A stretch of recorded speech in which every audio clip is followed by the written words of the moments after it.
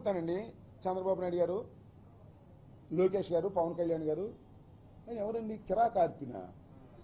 ఇప్పుడు చూసారా మీరు ఎన్ని బూతులు మాట్లాడతాడో? సీమరాజు ఎన్ని బూతులు మాట చూశారుగా. వాళ్ళనేమో మీరు పెట్టుబడి పెట్టి మాట్లాడిస్తారు, వాళ్ళ మీద యాక్షన్ తీసుకోరు. నేను కంప్లైంట్ ఇచ్చా కిరా కార్పి మీదను సీమరాజు మీద, మీకు గుర్తుందో లేదో. పోలీసు వాళ్ళు మీరు చేయమన్నారు, రీచ్ చేయమన్నారు. తర్వాత కోర్టుకు వెళ్ళా, కోర్టు వారి ముట్టికెళ్ళి వేసిన తర్వాత రిజిస్టర్ చేశారు. యాక్షన్ తీసుకోరు.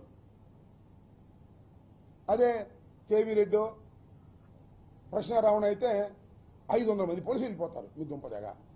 అంటే మమ్మల్ని తిట్టేటటువంటి యూట్యూబులు, మమ్మల్ని దూషించేటటువంటి యూట్యూబర్లని మీరు పెంచి పోషించి మిమ్మల్ని విమర్శిస్తే మాత్రం వాళ్ళకి ఇదిగో యుఏపిఏ యాక్ట్ అంత భయంకరమైన యాక్టులు పెట్టి మీరు వేధించాలి అని, అణచాలని మీరు ప్రయత్నం చేస్తున్నారంటే మీరు గుర్తుపెట్టుకోండి చంద్రబాబు నాయుడు గారు, మీ గొయ్య మీరు తవ్వుకుంటున్నారయ్యా.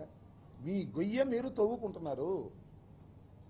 ప్రశ్నారావణ నిండదా కొంతమందికే తెలుసు, దేశం అంతా తెలుసు, రాష్ట్రం అంతా తెలుసు.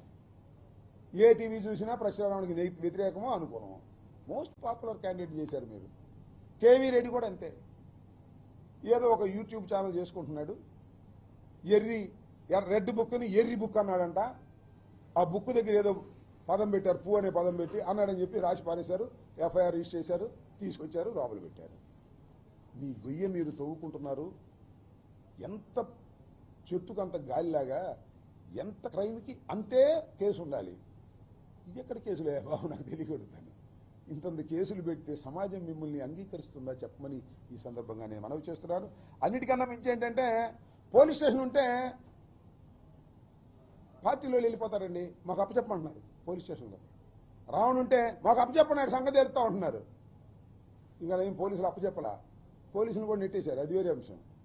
ఈ 4 పోలీస్ స్టేషన్ల మీద పోలీసుల సహకారంతో చంద్రబాబు నాయుడు గారు, పవన్ కళ్యాణ్ గారు ప్రోద్బలంతో దాడులు చేస్తారు, లాక్కొచ్చి కొడతామంటారు. పోలీసులు చూస్తూ ఊరుకుంటారు, కేసులు పెట్టరు.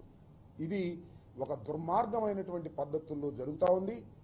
సాయికృష్ణ లాకప్ డెత్లో కూడా దీన్ని డైవర్ట్ చేయడం కోసం రకరకాల టాక్టిక్స్లు ఉపయోగిస్తుంది ఈ ప్రభుత్వం.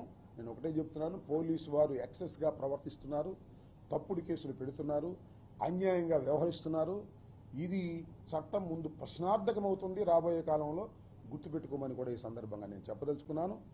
రావణకు కానీ, లేదా కేవీఆర్ కానీ, మరొక సోషల్ యాక్టివిస్ట్కి కానీ ఎవరికైనా సరే వైఎస్ఆర్ కాంగ్రెస్ పార్టీ తప్పనిసరిగా వారికి అండగా ఉంటుంది. కారణం ఒక్కటే, ఇల్లీగల్గా బిహేవ్ చేస్తుంది ఈ ప్రభుత్వం, పోలీసు యంత్రాంగం. కాబట్టి వారిని ప్రజాస్వామ్యంలో వారికి మద్దతు ఇవ్వటం, అవసరమైతే వారికి సహాయం చేయడానికి వైఎస్ఆర్ కాంగ్రెస్ పార్టీ సిద్ధంగా ఉందని కూడా ఈ సందర్భంగా చెప్పదలుచుకున్నాను.